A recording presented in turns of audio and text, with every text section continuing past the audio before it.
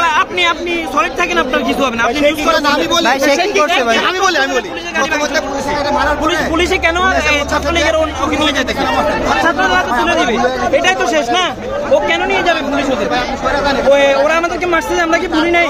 ভুলবো না তো এগুলো, আমরা এগুলো ভুলবো না। আইনকে নিজের হাতে তুলে নেবেন কিনা? দেশে আইন আছে, দেশে আইন আছে, আইন নেই। আমি আপনার কাছে একটু জানতে চাই, উনি যে গায়ে হাত তুললেন এটা কি আসলে উচিত হয়েছে? না না, এটা কোনোভাবে গ্রহণযোগ্য না। ওনাকে বাড়িতে দেখে আমি দিতে পারি খাইছি।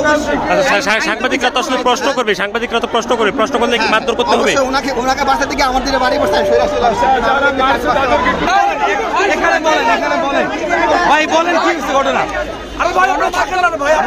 সাংবাদিকের উপর হামলা কে করলো? এমন করছে কেন ভাই? একটু এই বিষয়টা দেখবেন ভাই। গণমাধ্যমের সাথে সরাসরি এরকম হয় না। উনি